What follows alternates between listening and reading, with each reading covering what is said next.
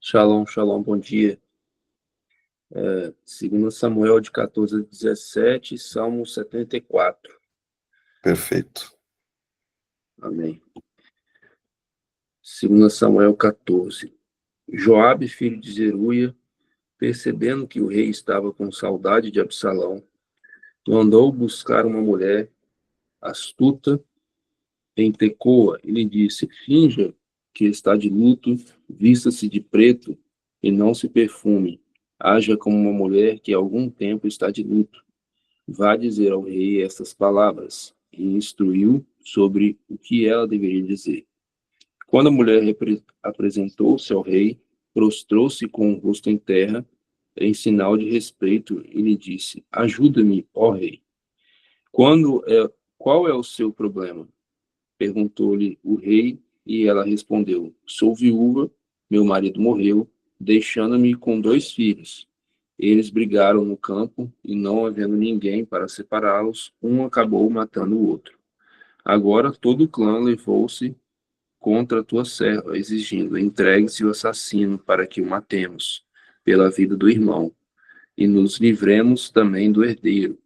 Eles querem, eles querem apagar a última centelha que me restou, deixando meu marido sem nome nem descendência na face da terra. O rei disse à mulher: vá para casa e eu mandarei que cuidem do seu caso. Mas a mulher de Tecoa lhe disse: ó rei, meu senhor, é sobre mim e sobre a família de meu pai que pesará a iniquidade. Não pesa a culpa sobre o rei, sobre o seu trono. E o rei respondeu: se alguém ameaçá-la, traga-o a mim, e ele não mais o incomodará.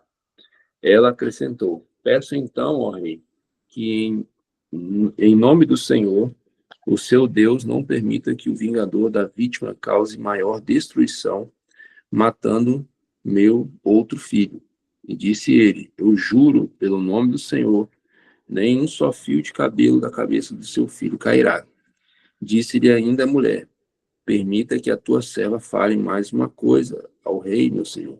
Fale, respondeu ele. Disse então a mulher: por que terá o rei agido contra o povo de Deus? O rei está condenando como que acaba de dizer, pois não permitiu a volta do que foi banido, que teremos que morrer um dia, e é tão certo como não se pode recolher a água que se espalhou pela terra. Mas Deus não tira a vida, ao contrário, cria meios para que o banido não permaneça afastado dele. Eu vim falar sobre isso, ó rei, meu senhor, porque o povo me ameaçou. Tua serva pensou que se falasse com o rei, talvez ele entendesse o seu pedido e concordasse em livrar a sua serva das mãos do homem que está tentando eliminar tanto a mim quanto meu filho da herança que Deus nos deu. E agora tua serva diz: traga-me descanso, a decisão do rei. O meu senhor, pois o rei, meu senhor, é como um anjo de Deus, capaz de discernir entre o bem e o mal. Que o Senhor, o teu Deus, esteja contigo.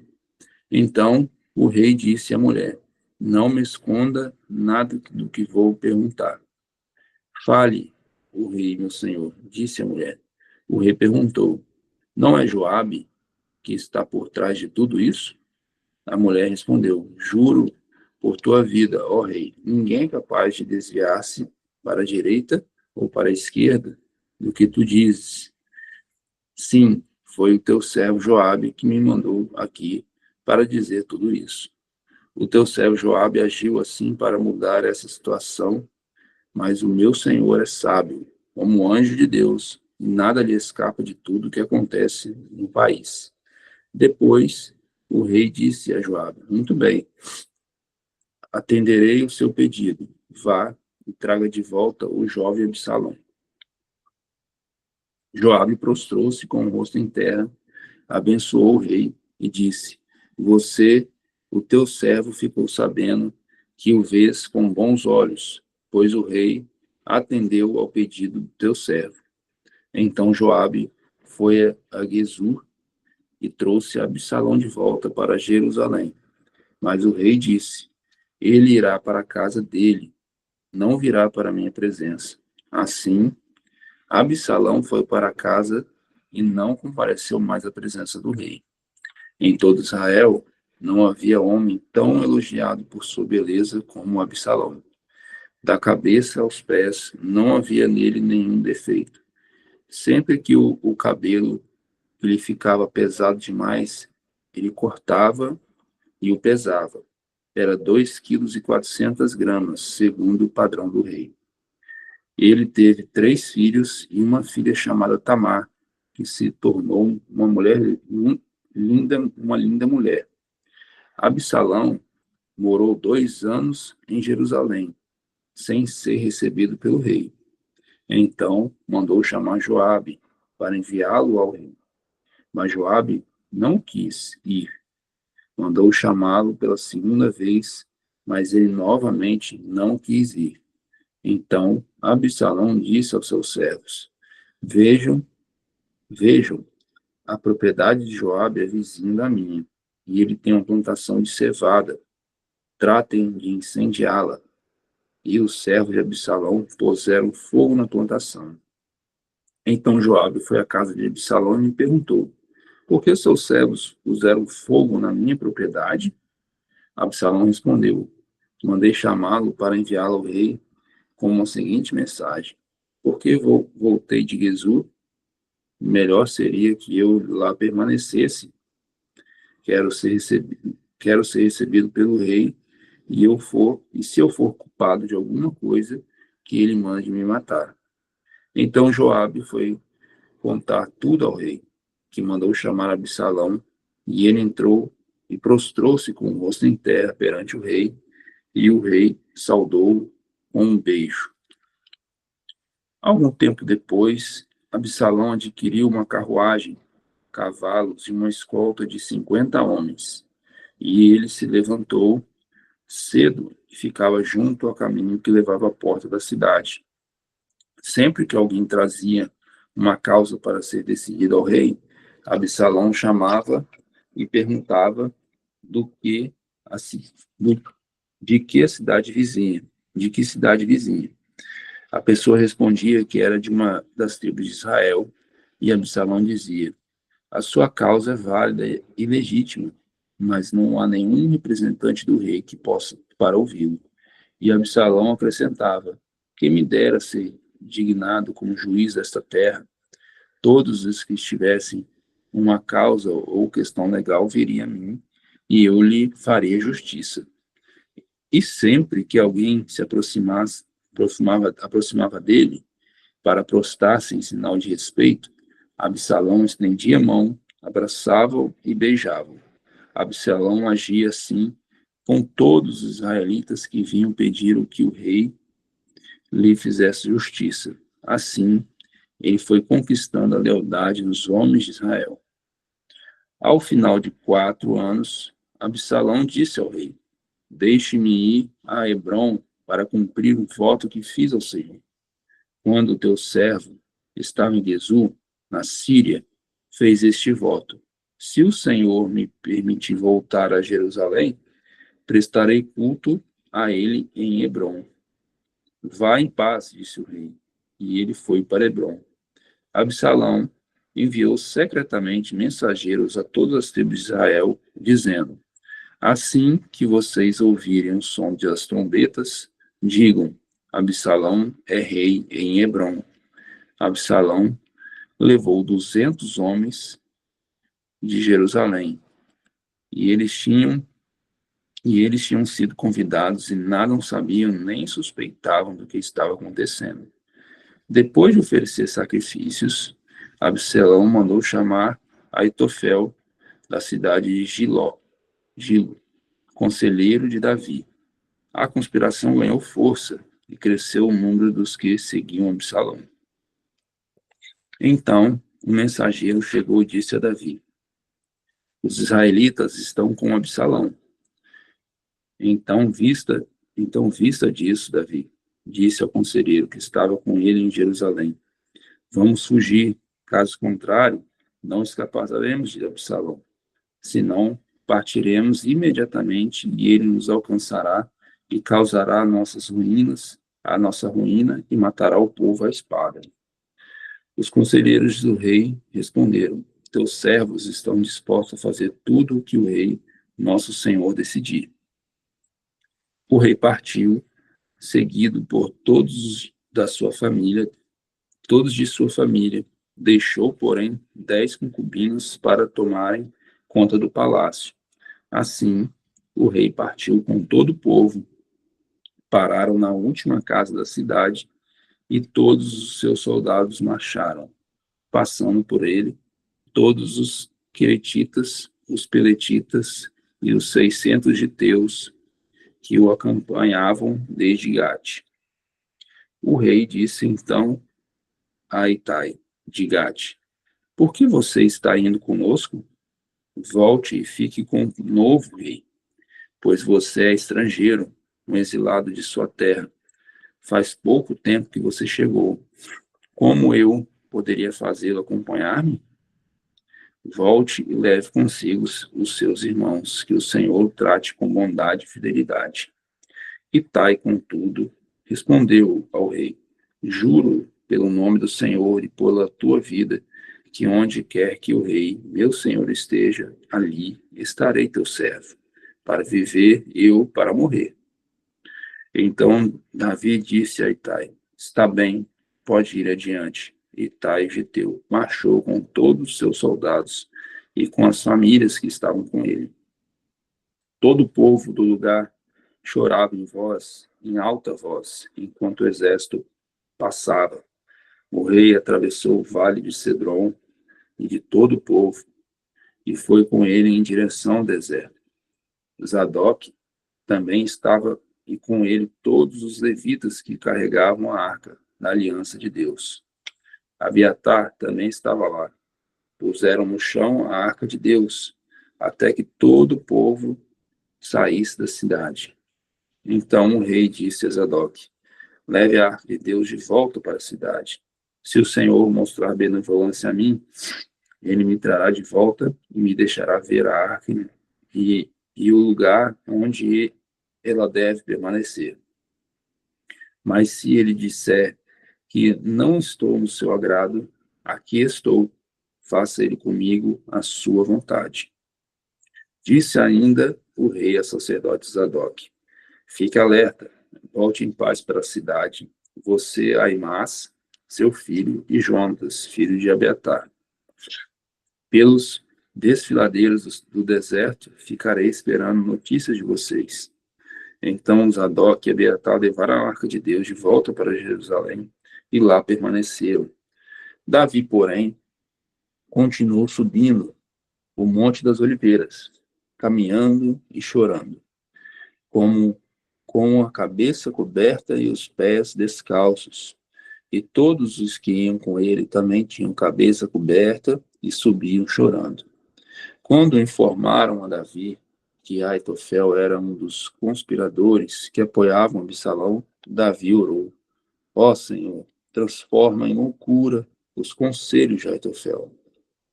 Quando Davi chegou ao alto do monte, ao lugar onde o povo costumava adorar a Deus, veio ao seu encontro o, o, o Arquita, Guzai, com a roupa rasgada e com terra sobre a cabeça.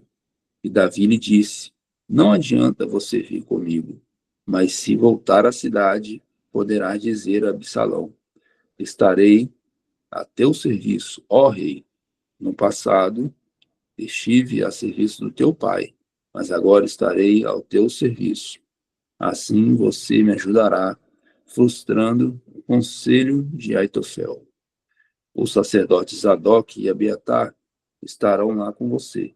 Informe-os do que você souber no palácio.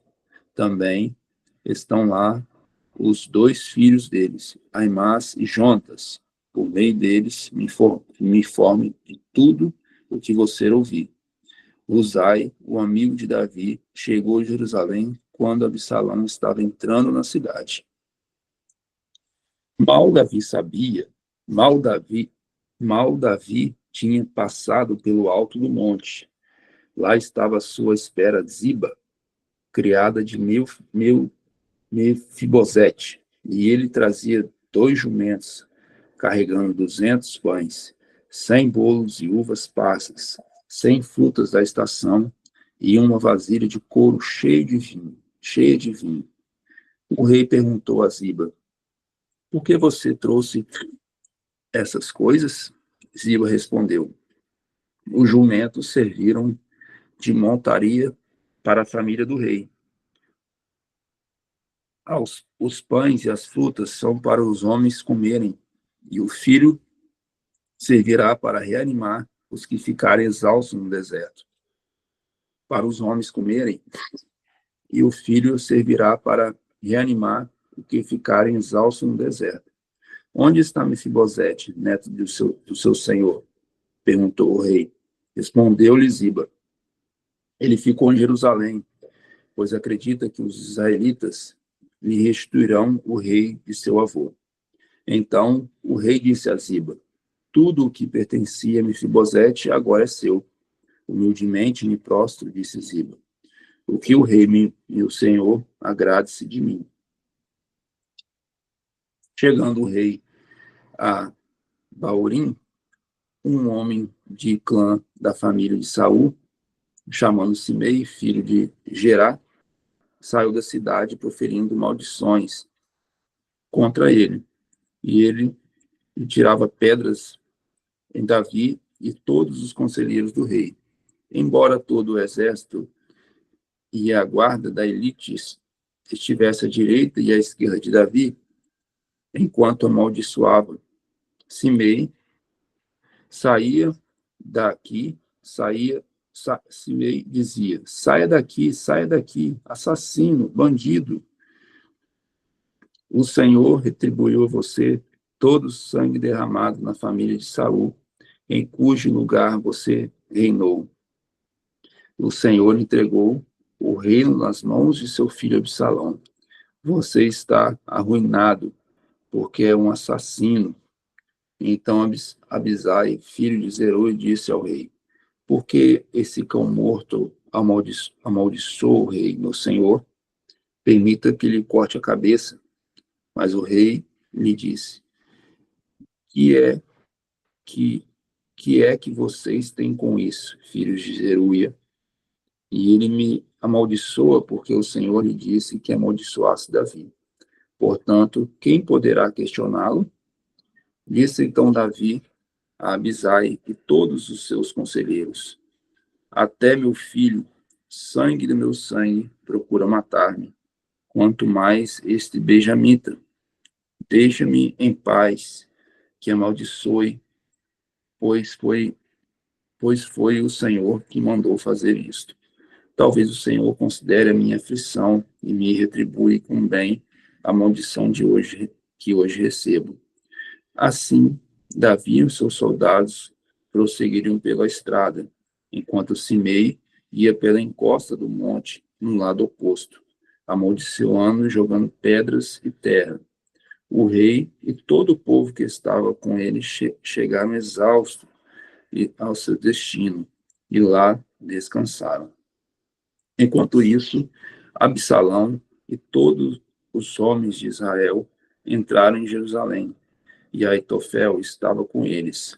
Então Uzai, o arquita, amigo de Davi, aproximou-se de Absalão e exclamou: viva o rei, viva o rei! Mas Absalão disse a Uzai: é essa a lealdade que você tem para comigo, para o seu amigo? Por que você não foi com ele?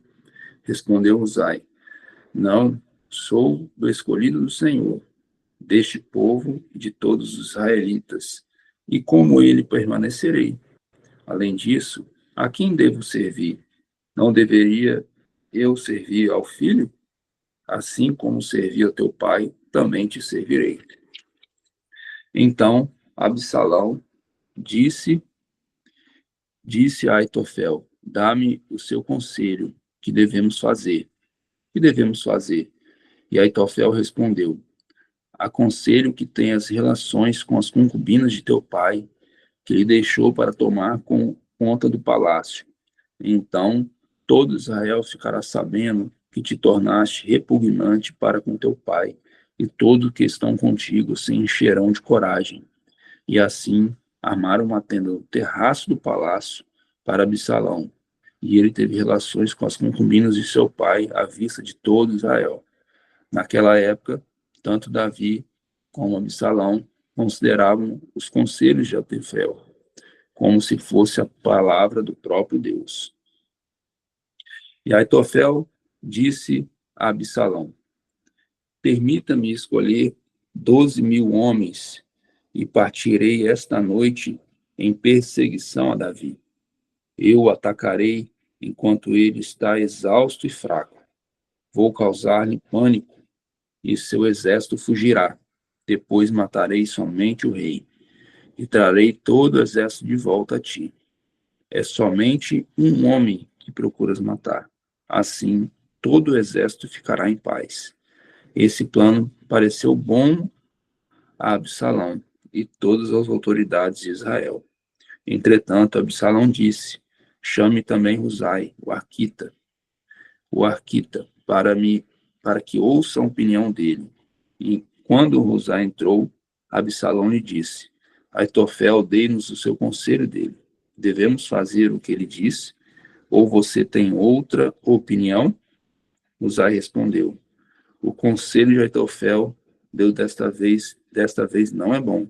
Sabes que o teu pai e os homens que estão com ele são guerreiros e estão furiosos como uma ursa selvagem de qual roubaram os filhotes. Além disso, teu pai é um soldado experiente e não passará a noite com o exército.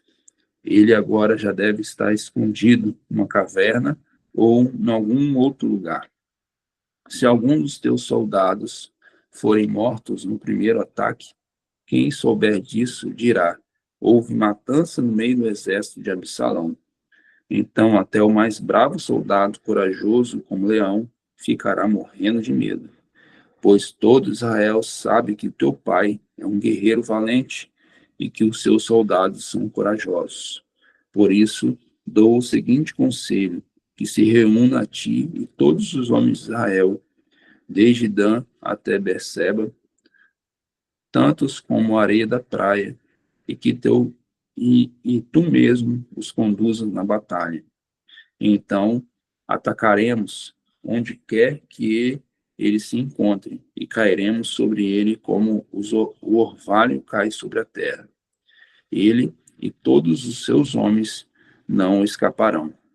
Se ele refugiar em uma cidade, todo Israel levará cordas para para lá, e arrastaremos aquela cidade para o vale, até que não resta ali nem sequer uma pequena pedra. Absalão e todos os homens de Israel consideraram o conselho de Husai, o arquita, melhor do que o de Ahitofel, pois o Senhor tinha decidido frustrar o eficiente conselho de Ahitofel, a fim de trazer ruína sobre Absalão. Husai contou aos sacerdotes Zadok e Abiatar o conselho que Ahitofel dera a Absalão e às autoridades de Israel, e o que ele mesmo lhe tinha aconselhado em seguida. Então, pediu que enviasse imediatamente esta mensagem a Davi: não passe a noite nos pontos de travessia do Jordão, do deserto, mas atravesse logo o rio, senão o rei e todo o seu exército serão exterminados. Jonatas e Aimás estavam em Rogel, e uma serva os informavam regularmente, pois não podiam arriscar-se e serão vistos na cidade. Eles, por sua vez, relataram ao rei Davi o que tinham ouvido, mas um jovem os ouviu e avisou Absalão. Então eles partiram rapidamente e foram para a casa de um habitante de Baurim, que tinha um poço no quintal.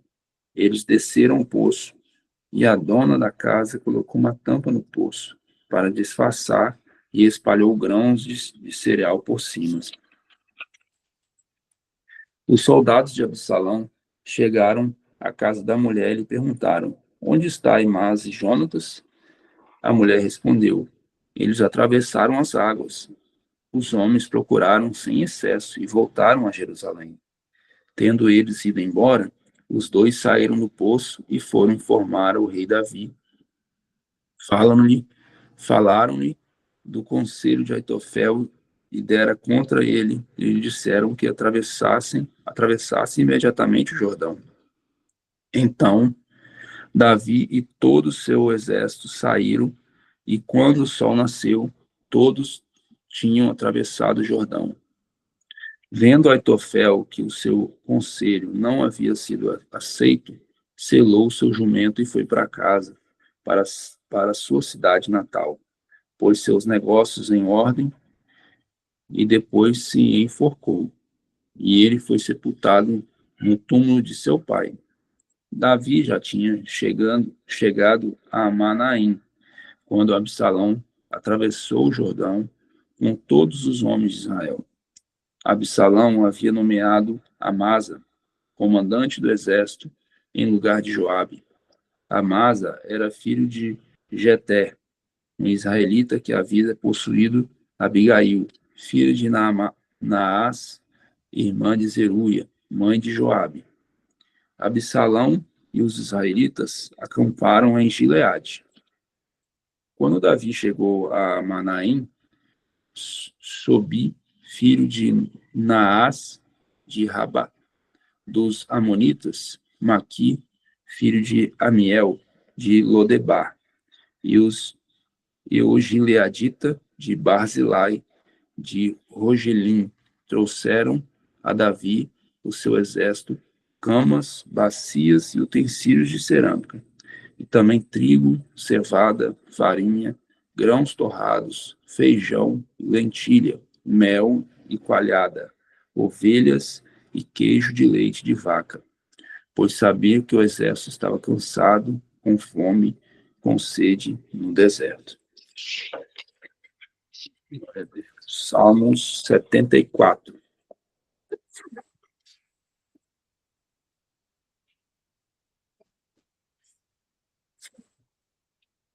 Salmo 74. Por que nos rejeitaste definitivamente, ó Deus? Por que se acende a tua ira contra as ovelhas de tua pastagem? Lembra-te de todo o povo que adquiriste em tempos passados, da tribo de sua herança que resgataste, do monte Sião, onde habitaste. Volta os teus passos para aquela ruína irreparáveis, para toda a destruição que o inimigo causou ao seu santuário. Teus adversários gritaram triunfantes, bem no local onde te encontravas conosco, e hastearam suas bandeiras em sinal de vitória. Pareciam homens armados com machados invadindo um bosque cerrado. Com seus machados e machadinhas esmigalharam todos os revestimentos de madeira esculpida. Atearam fogo ao teu santuário, profanaram o lugar de habitação do teu nome. Disseram no coração: vamos acabar com eles. Queimaram todos os santuários do país. Já não vemos sinais milagrosos, não há mais profetas, e nenhum de nós sabe até quando isso continuará. Até quando os adversários irá zombar, ó Deus? Será que o inimigo blasfemará o teu nome para sempre? Por que retens a tua mão direita? Não fiques de braços cruzados, destrói-os. Mas tu, ó Deus, és o meu rei, desde a antiguidade, trazes salvação sobre a terra.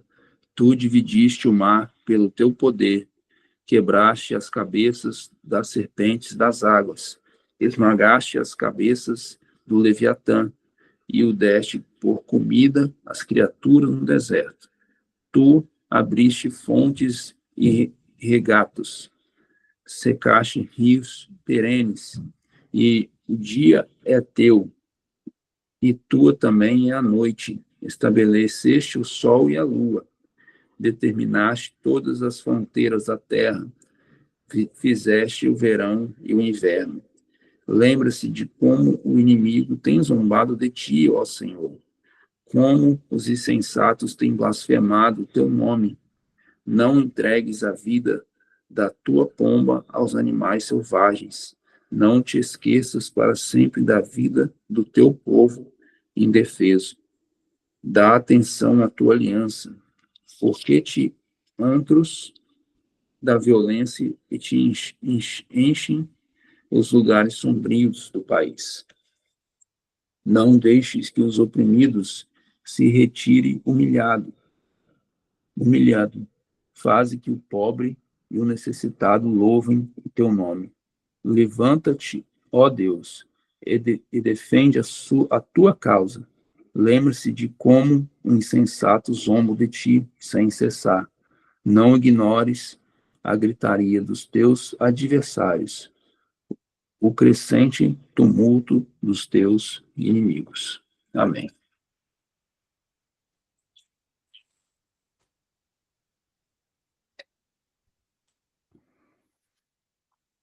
Amém. Glória a Deus. Obrigado, pastor Felipe. Aqui em 2 Samuel 15, a gente pode ver a ação de Absalão, né? E de que forma ele foi estratégico para dissuadir o povo, né, a confiar nele. É interessante que ele diz assim, ó, ele ouve ali as demandas do povo, e ele diz: a sua causa é válida e legítima. 2 Samuel 15:3. Sua causa é válida e legítima, mas não há nenhum representante do rei para ouvi-lo. Quem me dera ser designado juiz dessa terra, pois todos que tivessem uma causa, uma questão que viesse a mim, eu lhes faria justiça. E sempre que alguém se aproximava de Absalão para prostrar-se em sinal de respeito, Absalão estendia a mão, abraçava e o beijava. Absalão agia assim com todos os israelitas que vinham pedir que o rei lhes fizesse justiça. Desse modo, ele foi conquistando o coração das pessoas de Israel. E ao final de 4 anos, Absalão disse ao rei: deixa-me ir a Hebrom para cumprir o voto que fiz ao Senhor. Então entenda que Absalão, foi lido na porção de ontem, né, que Absalão ele mata o seu irmão, fica 3 anos fora, e aí ele volta com o objetivo de não somente voltar, mas de reinar no lugar de seu pai. Porque tudo isso começa no coração de Absalão quando ele vê que seu pai ficou inerte, quando seu irmão Aminon ele tem relações sexuais forçadas com Tamar e não casa com ela, ele dispensa ela. Então, depois de violentá-la, Absalão ele fica sabendo disso e o seu pai ele não toma postura nenhuma com relação a isso. E Absalão nutre uma angústia de injustiça contra o seu pai. Ele é tomado pela sua justiça própria e ele fica quieto, ele guarda isso no coração e espera o tempo passar. E depois ele diz: pai, eu vou dar uma festa. Venha o senhor comigo e todos os meus irmãos. Ele sabia que o pai dele não ia para a festa de jovens. E o pai dele deixa então os irmãos irem, mas não vai na festa. E quando chega lá, Absalão dá uma ordem para quando Aminon tivesse bêbado, matar Aminon. E assim eles fazem, eles matam Aminon quando ele está bêbado. E ali ele se vinga daquilo que Aminon fez com Tamar, a irmã deles. E por que que ele faz isso? Ele faz isso tomado da justiça própria, do seu sentimento de autojustiça e angustiado por aquilo que o pai não fez, porque o pai, além de ser pai, ele era o rei, então ele tinha um dever de tomar o controle daquela situação e, de certo modo, disciplinar Aminon. Mas aquilo sobe ao coração de Absalão e ele começa a pensar, então, que ele reina melhor do que o pai dele, que ele é mais justo do que o pai dele. E ele volta para lá. Depois de 3 anos, ele volta para Jerusalém e permanece 4 anos às portas do palácio, esperando com que as pessoas cheguem com as suas demandas para roubar o coração do povo. Ele diz: olha, o rei, ele não tem tempo para você, ele é até bom, mas ele não tem tempo para você, não tem nenhum representante dele que te ouça. Mas eu sim, se eu fosse juiz dessa terra, eu julgaria a tua causa. E todos aqueles que viessem a mim, eu julgaria a demanda com justiça. Eu faria justiça. E dessa forma, ele vai elogiando o rei, mas para minar aquilo que o rei fazia, não para de fato enaltecer as suas virtudes e qualidades. E muitas vezes nós nos pegamos fazendo isso, né? Nós somos tomados muitas vezes por justiça própria e somos pegos falando: olha, fulano ele é até bom, mas ele poderia fazer mais por você. O pastor, ele é um bom pastor, mas ele tinha que fazer isso, isso e isso na igreja. Porque se fosse eu faria dessa forma. E a gente não vê que nós estamos sendo tomados por um espírito de rebelião, porque a nossa alma, ela guardou algo um dia que não era para ter guardado. Absalão devia ter chegado para o pai dele e dito: pai, tô triste por causa disso, disso, disso, fiquei chateado, fiquei decepcionado porque o senhor não tomou uma atitude, ter exposto aquilo ali para o pai dele, que era o líder dele, era o rei dele, né? E ele não faz isso. Ele guarda aquilo ali, nutre aquela angústia e acaba matando o seu irmão e depois procura matar o pai dele. Ele começa a perseguir o pai dele para matar. E o que que acontece aqui, gente? Muitas vezes nós fazemos dessa forma com os nossos pais, com os nossos líderes espirituais. Olha, meu pai e minha mãe são uma bênção, mas olha, não fica perto deles porque por causa disso, disso, disso. Então, eles são uma bênção ou não são uma bênção? Eles são retos ou não são retos? Entende? Muitas vezes o elogio, ele vem travestido. Ele parece ser muito bom, mas ele vem para minar, vem para roubar. A real intenção aqui era minar o reino de Davi e tirar a honra de Davi como rei. E é interessante que muitas vezes as pessoas saem dos ministérios, se desligam dos ministérios, sem às vezes nem falar com o líder por que que saiu. Quando chega, tudo é festa, né? É recebido com honra, ora, coloca a mão na cabeça, abraça, abençoa. Mas para sair, muitas vezes eles nem falam com o líder. Eles saem cheios de justiça própria. Não, olha, o ministério que eu passei é uma bênção. Mas eu faria melhor, por causa que disso, disso, disso. E começa a falar mal dos ministérios, começa a falar mal dos lugares onde passou, nutrindo ali um espírito de rebelião. E a Bíblia, ela vai nos ensinar, aqui em Provérbios 16:32, que é melhor ter paciência do que ser um herói de guerra. E o que domina o seu espírito é melhor do que o que conquista uma cidade. Ou seja, aquele que domina o seu espírito, ele tem autogoverno, que é fruto do Espírito de Deus, está em Gálatas 5, 22. Aquele que tem o domínio próprio, ele não se embaraça com essas questões. A Bíblia diz: confessai, para que sejam curados. Então é necessário que quando essas coisas vierem ao nosso coração, essas decepções, que elas sempre vão haver, decepções sempre vão acontecer conosco. Nós estamos na terra e tratamos com homens, feito de barro. Homens não são perfeitos. Ninguém é perfeito.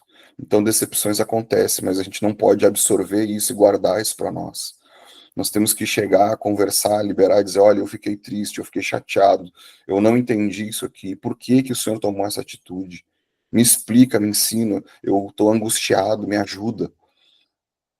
Porque senão a gente acaba nutrindo aquilo ali contra o nosso líder, contra o nosso pai, contra a nossa mãe, contra o nosso chefe no trabalho.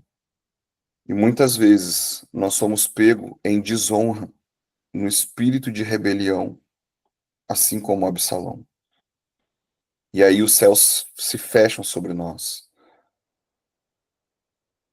E nem o conselho do mais sábio pode nos ajudar, porque Deus, ele confunde o conselho do mais sábio. Aitofel aqui era o mais sábio que tinha ali para auxiliar no reinado de Absalão. Mas Deus, ele transtorna o conselho de Aitofel, de modo que Aitofel vai depois e se suicida, porque ele vê que ele não tem mais aquela graça de Deus para aconselhar. Então entenda que até aquele que apoia a rebelião, Deus transtorna o conselho dele.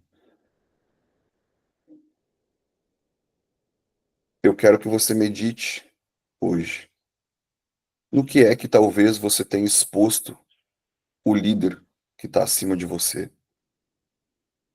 o ministério que está acima de você, o ministério onde você está hoje, os líderes pelos quais você já passou, que você talvez teceu comentários de desonra, mesmo vestidos de elogio. Ah, ele é correto, corretíssimo, correto até demais. Ah, ele é bom, mas bondoso até demais. Não sei o que tem por trás disso. Sabe, são tipos de comentários que não edificam. E a Bíblia diz: tudo aquilo que é bondoso, tudo aquilo que é de boa fama, tudo aquilo que é prazeroso, nisso pensai, nisso estai o vosso pensamento, nisso meditai, tudo aquilo que é amável.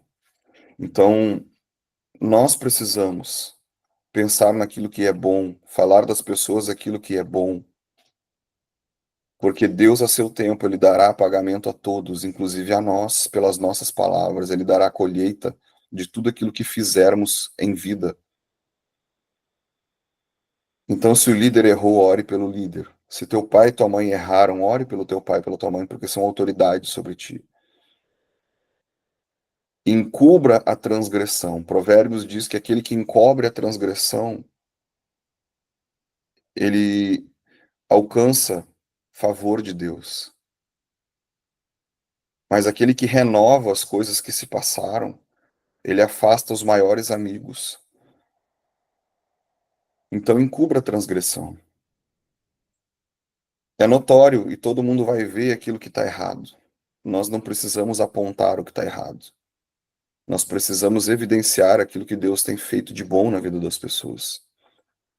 Nós precisamos evidenciar aquilo que Deus tem feito de bom na nossa vida, sabendo levantar aquele que caiu. Ah, mas eu não concordo com o meu pastor. Ok. Chega para ele e diz que você não concorda com o teu pastor. Fala: pastor, eu não concordo por causa disso, disso e disso. A minha visão a respeito desse assunto é essa. Pronto. Ninguém mais tem que saber, eu tenho que ouvir o que você falou. Assim você vai estar sendo sincero, não vai estar em espírito de rebelião. Assim Deus vai te abençoar pela sua postura. E porque você buscou entender o porquê que o pastor fez assim. Ou até mesmo o pastor talvez não esteja vendo o que ele está fazendo. Então ele precisa de alguém que está vendo, que chegue para ele e diga, pastor, olha só, tem uma coisa acontecendo aqui que não é a minha visão, mas eu queria entender o porquê que o senhor está fazendo isso. E ele vai chegar e vai dizer, olha, eu nem tinha percebido que eu estava fazendo assim. Muito obrigado por você ter me ajudado, eu tenho que fazer diferente. Entenda que talvez a sua angústia muitas vezes seja a resposta de alguém. Então você precisa falar. Você precisa expor aquilo que você pensa para a pessoa certa, para a autoridade. Precisa esconder a transgressão e não trazê-la à tona. A Bíblia diz, ai daquele por quem vem o escândalo. Não seja você aquele que traz o escândalo. Seja aquele que encobre a transgressão. O pecado ele vai ser evidenciado se alguém tiver em pecado. Deus ele vai tratar com o líder, vai tratar com os nossos pais, vai tratar conosco, segundo a autoridade que ele investiu em nós. Nós não precisamos ser os juízes. É interessante que Absalão ele diz: quem me dera ser juiz dessa terra. Ele não diz ser rei. Ele queria fazer justiça porque ele tinha um sentimento de injustiça com relação à irmã dele, porque o pai dele não fez justiça, ele ficou com isso guardado no coração, de fazer a justiça própria dele. E quando nós fazemos a justiça própria nossa, os nossos atos se perdem, porque Deus fala que a justiça dele é melhor do que a nossa, que a nossa justiça é como trapos de imundícia para ele. Que o Senhor te abençoe. Shalom, shalom. Bom dia.